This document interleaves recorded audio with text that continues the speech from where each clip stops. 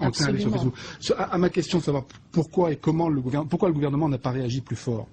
Alors, le gouvernement a réagi vraiment fort. Il y a une police de l'internet, enfin, il y avait une police de l'internet en Tunisie qui est extrêmement agressive, particulièrement vicieuse, dans lequel nous on est rentré chez World Wide Web il y a 1 an en pensant avoir affaire à des islamistes et pour s'apercevoir qu'en fait c'était des policiers qui jouaient aux islamistes pour terroriser la population.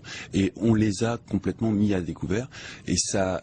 Sur Internet, vous pensiez avoir affaire à des islamistes et en fait vous vous êtes rendu compte que c'était des agents de l'État qui se faisaient passer pour des islamistes. Absolument. Une affaire montée de toutes pièces par des agents de l'État pour faire croire à la population à la présence massive d'islamistes très agressifs sur Facebook et les terroriser littéralement.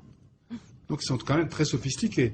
Il y a des techniques de community management, comme on dit chez les professionnels, qui sont stupéfiantes. Parce que c'est vraiment au niveau d'un pays tout entier. Il s'agit de terroriser 1,5-1,6 millions de Tunisiens. C'est pas rien.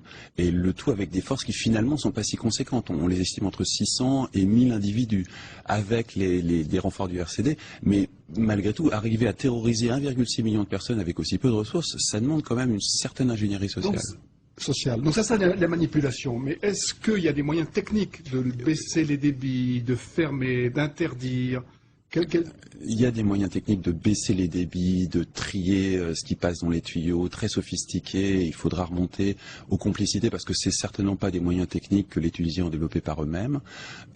Ils ont eu des complicités de la part de grands noms de la technologie, de la même façon que, en son temps, IBM a assisté le régime nazi pour la Shoah en informatisant la Shoah. Il y a eu ce même genre de complicité technologique et il faudra faire des enquêtes, il faudra obtenir la vérité sur ces complicités technologiques qu'il y a eu pour tout ça. Les Tunisiens possédaient des capacités de hacking relativement sophistiquées cet été.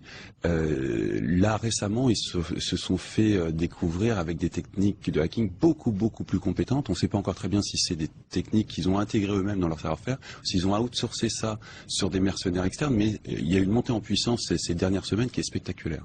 Donc si je comprends